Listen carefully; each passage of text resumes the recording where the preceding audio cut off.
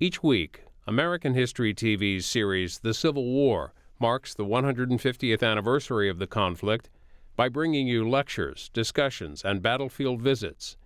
150 years ago, in July of 1864, a Confederate army of about 12,000 troops under the command of General Jubal Early nearly invaded Washington, D.C.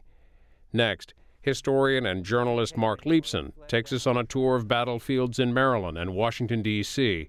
to tell the story of the Battle of Monocacy, where the Confederates were delayed by Union forces in their approach to the nation's capital, and the Battle of Fort Stevens, where General Early probed the defenses of the heavily fortified city before deciding to turn back.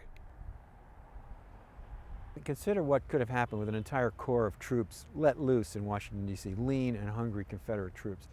I mean, the Capitol, the Treasury was there for the looting, the Treasury Department. They could have burned the Capitol. You know, the Navy Department, which Lincoln did not know, had a ship waiting, provisioned for him in the Potomac to take him out of town. And think about what could have happened to the Union cause had there been Confederates running loose in the streets of Washington, D.C. Don't forget, Lincoln was fighting for his political life at this time. This was the presidential election of 1864, was just a few months away. Lincoln barely got the Republican nomination. He had to choose a Democrat for his running mate, Andrew Johnson of Tennessee.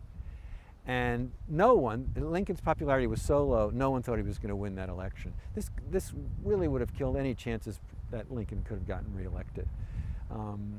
And think about this too, the English and the French were sort of looking for an excuse to come in on the side of the Confederacy. They didn't have CNN or C-SPAN back then, but they had newspapers, and this got covered. It just wouldn't have been very good for the Union cause had headlines been splashed around the country and around the world that Confederate troops were loose in the streets of Washington, D.C. So this is the battle that saved Washington and changed the course of American history. You know, think about it. Lee's fourth objective, and probably his most important in his mind, was to try to force Grant to take troops out from around Richmond and Petersburg. Grant didn't want to do it. He waited to the last minute, and he finally did it. And the number of troops went down drastically from like 137,000 at the end of June to almost 70,000 2 months later. This was Grant's grand plan to end the war. Yes, it did work, but it didn't work until April of '65. If Lee had not forced Grant to do this, I really believe that the war could have ended sooner, maybe much sooner, maybe as a matter of 6 months sooner, maybe 3 months sooner. But, you know, it's a what if, and, you know, can never be proven one way or the other. But it was a what if that came pretty close to happening. And it also goes to show that nothing is inevitable in history, and nothing is inevitable in this Civil War. It didn't have to come out the way it did.